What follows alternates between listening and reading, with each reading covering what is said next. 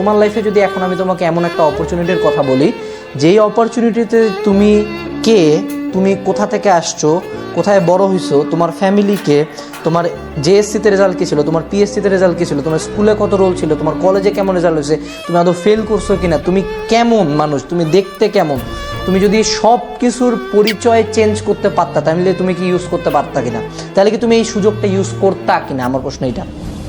তোমার যদি উত্তর হ্যাঁ হয় তাহলে সেই সুযোগটা হলো অ্যাডমিশন। ট্রাস্ট মি, বাকি সব পয়েন্ট বাদ দাও, তুমি তোমার শিক্ষাগত যোগ্যতা যদি একবারে চেঞ্জ করে ফেলতে চাও, দ্যাট চান্স ইজ অ্যাডমিশন। তুমি যদি ভালো একটা ভার্সিটিতে চান্স পাইতে চাও, ভালো একটা ভার্সিটিতে চান্স পাও, হোক বুয়েট, হোক মেডিকেল, হোক ঢাবি, হোক রাবি, হোক জাবি, হোক প্রাইভেট, তোমার যেইটাই টার্গেট হোক না কেন, তোমার যেইটাই টার্গেট হোক না কেন ম্যাম, তুমি যদি তোমার কাঙ্ক্ষিত ভার্সিটিতে চান্স পাও, from that day till the next 4 years, যেদিন পর্যন্ত তুমি ওই ভার্সিটির সার্টিফিকেট নিয়ে ভার্সিটির গেট দিয়ে বের না হইলা, সেই দিন পর্যন্ত তোমার পরিচয়ে তোমার ভার্সিটি। এর সত্য কথা, এ তুমি ডিনাই করতে পারবে না।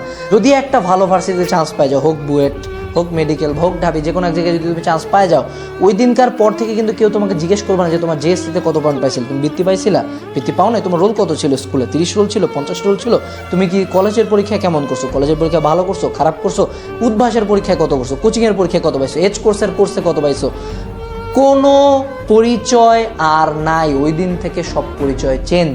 সো তুমি কি এটা চাও না ম্যাম? তুমি কি এতদিন ধরে এই সুযোগটা চাচ্ছিলে না যে তোমার পরিচয়টা চেঞ্জ হোক, তোমাকে মানুষজন পজিটিভভাবে চিনুক?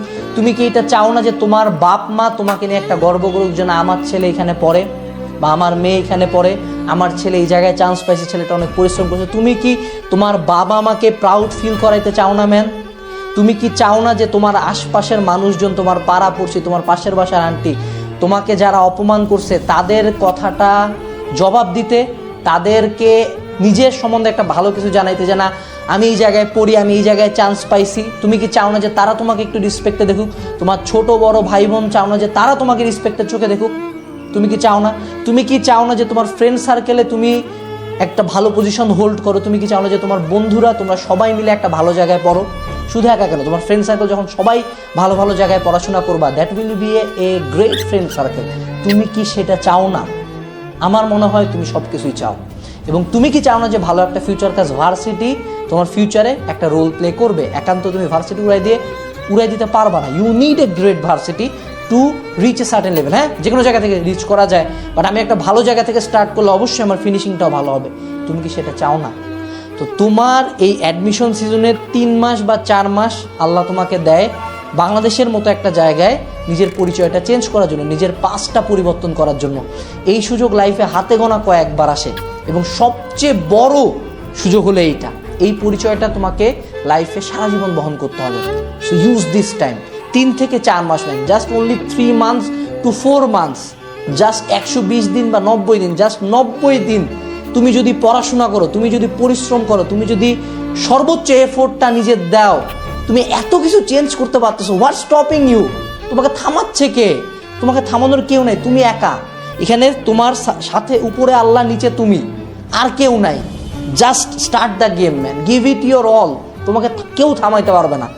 জাস্ট এইটা ইনশিওর করো যে অ্যাডমিশন টাইমে তোমার যতটুকু পড়ার কথা তুমি তার সর্বোচ্চটা পড়তেছো।